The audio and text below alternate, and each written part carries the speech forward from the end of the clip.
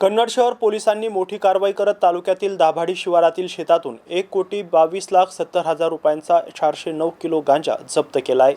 पोलिसांना मिळालेल्या गुप्त माहितीवरून दाभाडी शिवारातील गट नंबर 82 मध्ये नसीब साडेखा पठाण यांच्या मालकीच्या शेतातील घरात अंमली पदार्थ गांजा तस्करी करण्याकरिता साठवून ठेवल्याची माहिती पोलिसांना मिळाली होती।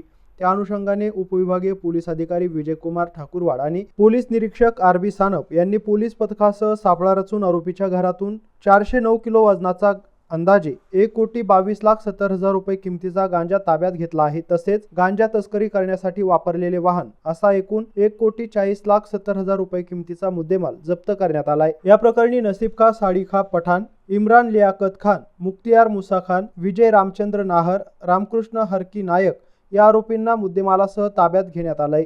तसेच या सर्वांच्या विरोधात NDPS कायद्याअंतर्गत गुन्हा दाखल करण्याची प्रक्रिया उशिरापर्यंत सुरू होती। ही कारवाई पोलीस अधीक्षक doctor Vinaykumar Rathod, upper police अधीक्षक अन्नपूर्णा सिंह यांच्या मार्गदर्शनाखाली उपविभागीय पोलीस अधिकारी विजयकुमार ठाकूरवाड, पोलीस निरीक्षक आर.बी. सानप, सहाय्यक पोलीस निरीक्षक कुणाल सूर्यवंशी, पोलीस उपनिरीक्षक चांद मेंढके, महादेव नाईकवाडे, परिवीक्षाधीन पोलीस उपनिरीक्षक Keshar Singh Jarwal, Trilokchand Pawar, police head constable Kailas Nimborkar, Jeevan Lodhwal, Sanjay Atole, police नाईक मोईज बेग, पोलीस अंमलदार विजय चौधरी, बाबासाहेब वाघ, सतीश नरवडे, लक्ष्मण चव्हाण, सोमनाथ गवळे, दिनेश खेडकर, पंकज गाभूड, प्रदीप चव्हाण यांनी केली आहे। राजेंद्र नेवगे, एमसेन न्यूज कन्नड, छत्रपती संभाजीनगर।